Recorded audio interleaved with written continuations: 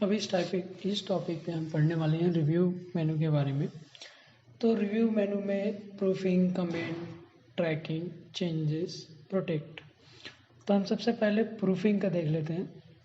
तो प्रूफिंग में होता क्या कि स्पेलिंग और ग्रामर चेक, ठीक है। तो इसका शॉर्टकट की बता रहा है F7। तो हम F7 प्रेस करके देखते हैं, ये आ गया। देखिए सबसे पहले जैसे स्पेलिंग मिस्टेक होती है, ग्रामर मिस्टेक होती है तो आपको बताती है। जैसे यहाँ पास में मैंने एक लाइन लिखा है, ठीक है। अब क्या है कि इसमें कई सारे मिस्टेक्स हैं तो हमको इसको सुधारना है। तो हम spelling and grammar check mistake में जाते हैं। तो देखिए सबसे पहले दिखला रहा है कि जो मैंने इंसर्ट लिखा था वो INRSET करके लिखा है, तो हम इसको चेंज कर सकते हैं यहाँ से। इसके बाद मैंने टाइप लिखा था तो टाइप का स्पेलिंग भी गलत है, तो इसको मैंने जानबूझ के लिखा था, इसका आंसर गलत बता रहा है, तो हम इसको चेंज कर सकते हैं यहाँ से, ठीक है। और में देखिए ओ बड़ा होना चाहिए ग्रामर के हिसाब से, तो हम इसको चेंज करेंगे। अब spelling and grammar check mistake ये हट गया।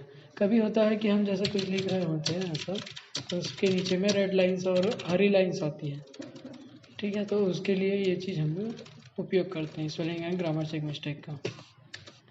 रिसर्च वगैरह ये ऑनलाइन होती है, ट्रांसलेट करना है तो इंग्लिश टू हिंदी, तो उसके लिए है ये ऑनलाइन होती है। तो अब जैसे किसी वर्ड पे हमको क्या करना है कि कमेंट करना है। जैसे हमने लिखा कोपा और फिर कोपा, तो ये वाला कोपा अंतागढ़ का है, ये भानु प्रतापपुर का है। तो हम एक कमेंट करते हैं, इसको सेलेक्ट करेंगे, न्यू कमेंट पे जाएंगे, एक कमेंट करते हैं यहाँ पास पे कि ये ITI जो है अंतागढ़ का है और ये वाला जो कोपा है ये वाला भानु ITI का है, ठीक है। तो ITI भानु, तो ये कमेंट्स के लिए आती है उपयोग में। अब आप इसको डिलीट करना चाहे तो यहाँ से डिलीट कर सकते हैं आप, फिर से लाना चाहे तो Ctrl Z दबाइए, वापस आ जाएगा। तो ये कमेंट्स देने का है। या फिर हो सकता है आपको किसी चीज़ को याद रखनी है तो उसके लिए कमेंट का उपयोग किया जाता है। ट्रैक चेंज, तो ये ट्रैक चेंज क्या होता है कि जैसे ये सबसे पहले इसमें है, अब इसको चेंज करना है तो ट्रैक चेंज कीजिए,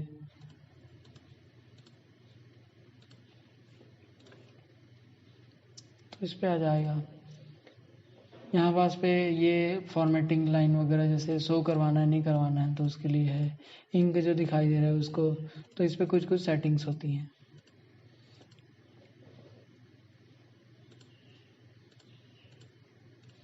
ठीक है। तो ये इस तरह से कुछ कुछ चेंज होती है।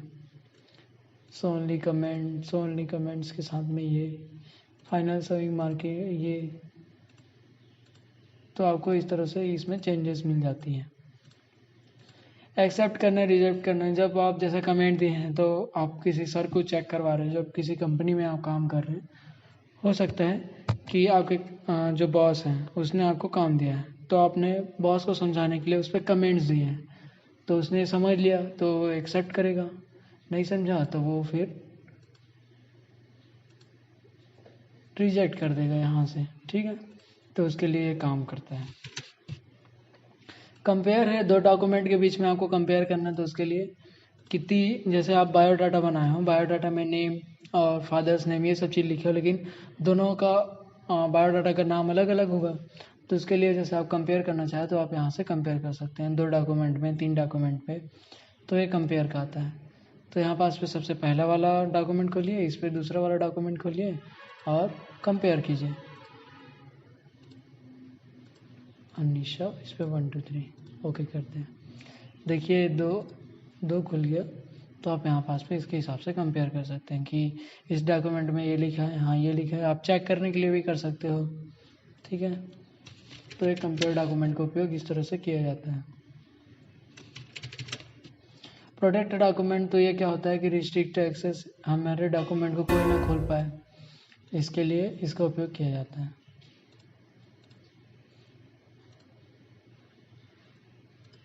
यहाँ पास में आप पासवर्ड डालेंगे 1 2 3, फिर से री इंटर करिए, 1 2 3 इंटर कीजिए। अब यहाँ पास में जैसे आप कुछ भी लिखना चाहें तो नहीं लिख लाएगा। देखिए यहाँ पास में लिखा है this modification is not allowed because the selection is locked. Stop protection करेंगे, अब अपना पासवर्ड डालेंगे, ओके करेंगे, तो आप जब लिखेंगे तो अब लिखाना स्टार्ट हो जाएगा। तो रिस्ट्रिक्ट डॉक्यूमेंट पे ये इस चीज़ का उपयोग इस तरह से किया जाता है ताकि आपके डॉक्यूमेंट का कोई हानि पहुंचा ना पाए।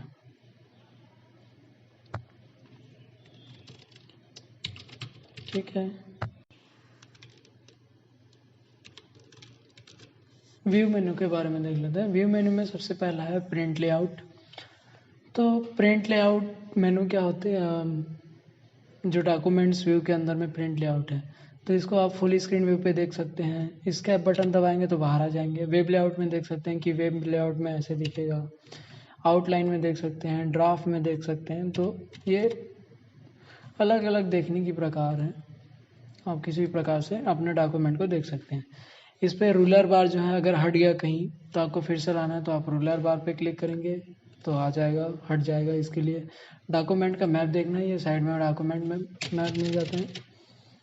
ठीक है, वैसी ग्रिड लाइन है, जैसे अपन ग्राफ पेपर पे यूज़ करते हैं तो वैसी टाइप का इस पर ग्रिड लाइन आता है कि आप कितने वर्क एरिया पे कितने जगह पे काम कर सकते हैं। थंबनेल्स है, ये पेज का थंबनेल्स दिखलाता है, उसके लिए उपयोग किया जाता है।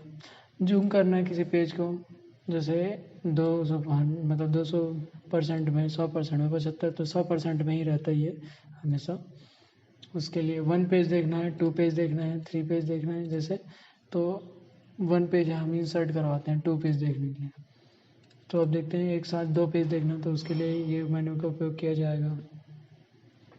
विंडो है, इस जैसे हो सकता है कि अपने को नीचे पेज को एक साथ देखना है। अब यहाँ पास में 1 पेज है, इसको हमने क्या किया कि 100% पे ला लिया है। अब 2 पेज को एक साथ देखना है तो हम ये स्प्लिट करेंगे यहाँ से। अब देखिए हम नीचे जो दूसरा वाला डॉक्यूमेंट है, ये दूसरा वाला डॉक्यूमेंट है। अब यहाँ पास भी कुछ भी लिखेंगे तो, और ये फर्स्ट वाला डॉक्यूमेंट है, तो आप इस तरह से उपयोग इसका कर सकते हो। ठीक है,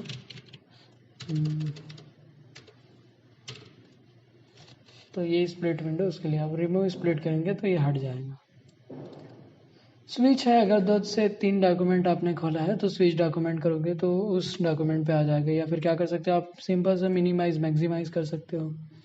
मैक्रोस है, तो ये जब वीबी पढ़ोगे आप तो उस टाइम पे इसका उपयोग करते हैं। तो विजुअल बेसिक के टाइम पे हम मैक्रोस पढ़ते हैं। इस पे होने के लिए हमारे पास में 7 मेनू है, लेकिन हम इस पे अलग से का ऑप्शन आता है डेवलपर का। So in developer in tab ribbon करेंगे, ओके करेंगे, तो इसमें क्या हो जाएगा कि डेवलपर का ऑप्शन आने दिखाई देने लगता है। तो यहाँ पास में देखिए आपका विजुअल बेसिक का ऑप्शन आ गया। तो विजुअल बेसिक हम माइक्रोसॉफ्ट 6.0 पे पढ़ते हैं, तो उसके लिए सॉफ्टवेयर है मेरे पास में, हम उसको इंस्टॉल करके विजुअल बेसिक पढ़ेंगे।